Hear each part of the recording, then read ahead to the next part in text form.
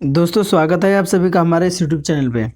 दोस्तों सवाल है आज का कि एक अभाज्य संख्या नहीं है, आखिर क्यों?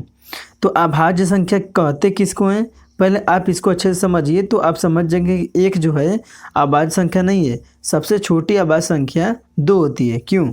ठीक, देखिए अभाज्य संख्या किसे कहते हैं, जैसे देखिए जो खुद से कटे और एक से कटे, जैसे 2, 3, 5, 7, 11। ठीक, इस तरह आगे बढ़ता जाएगा अपना। तो अभाज्य संख्या उसे कहते हैं जो एक से भाग देने पर कट जाए और अपने खुद से कटे। ठीक, तो सवाल आता है कि आखिर एक हमारा एक से कट रहा था क्यों नहीं है? तो देखिए अभाज्य संख्या का ये डेफिनेशन नहीं होता है। अभाज्य संख्या का डेफिनेशन ये होता है कि एक से कटे और खुद से कटे और उसके फैक्टर 2 होने चाहिए।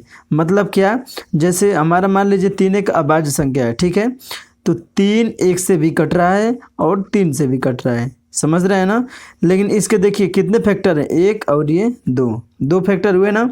मान लीजिए जैसे 11 है तो 11 एक से कटेगा और ये 11 से कटेगा, ठीक है। तो इसके फैक्टर कुल कितने हुए, 2, 1 और 11, इसके 2 फैक्टर हुए तो ये अभाज्य संख्या है। ठीक, दूसरी चीज़ ये है कि एक जो संख्या है, एक केवल एक से ही कटेगा, इसका कोई दूसरा फैक्टर इस तरीके से नहीं है।